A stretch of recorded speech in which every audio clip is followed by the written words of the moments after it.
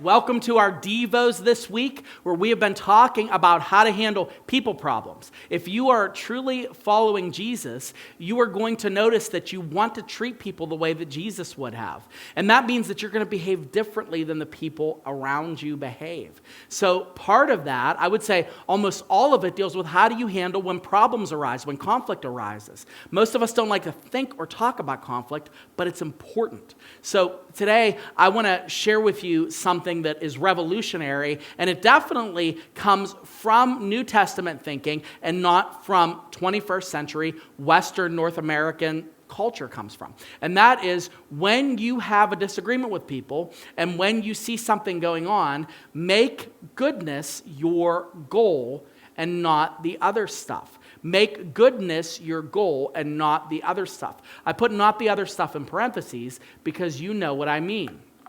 When we have a disagreement, what often happens is we want to win the argument, don't we? We want to be right about whatever it is. We want our point valid. We want people to know that we got this situation right on.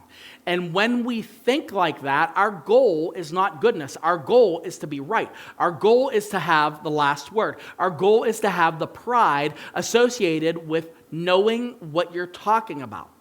But what if I told you that isn't necessarily the goal that God might want you to have in these situations? What the goal is goodness. Goodness. Meaning that you are being kind and good to other people, and there's room for correction, there's room for discussion, but it's not in winning the debate. It's not in winning the argument. Let's take a look at what the Apostle Paul writes to the church at Thessalonica. He says, "See that no one repays anyone evil for evil, but always seek to do good to one another and to everyone." He says, don't seek evil for evil. And unfortunately, that's exactly where we go. And Christians do it all the time. We do it inadvertently. We go, well, that person did this to me. Well, that person did this to me. When you start to say, but that person did, like what you're doing is you are making what your behavior is going to be based on the bad behavior of somebody else. It's like saying that the standard is no longer being good and being loving like Jesus was, but the standard now is you saying something that is going to cause you to come out in a better light. That's not the win. Shutting that person up is not the win. Getting that person to completely agree with everything you think is not the win, but goodness is. He said, try to do good and to be good to one another and to everyone. He throws everyone in there because he's like, just everyone, that's it. Not just the people that you are agreeing with, but everyone. You should make that your aim. So how much more differently would you approach a disagreement?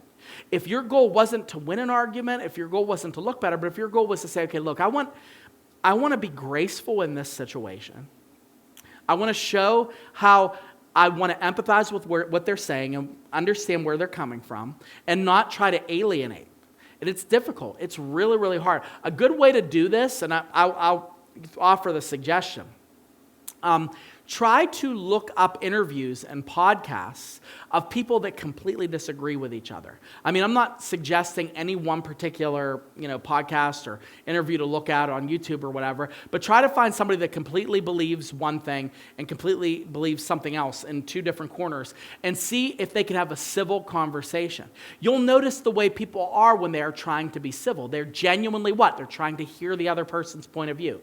If that other person might be wrong, they're genuinely trying to see where they came to this conclusion. How did they arrive at this situation?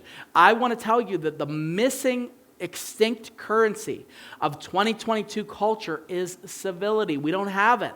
We have no civility. None. We either are talking with people that walk, talk, act, and believe everything that we believe, or we're fighting with people. Okay? This is not what God has called us to do. I'm telling you, it's not. We are to stand for truth, but we are to be graceful as we do. And we are to try to make goodness and the reflection of Jesus to be the outcome of every conversation. Not being right, not being the one that comes out on top, not being the one that has all the facts, but the one that does the most good.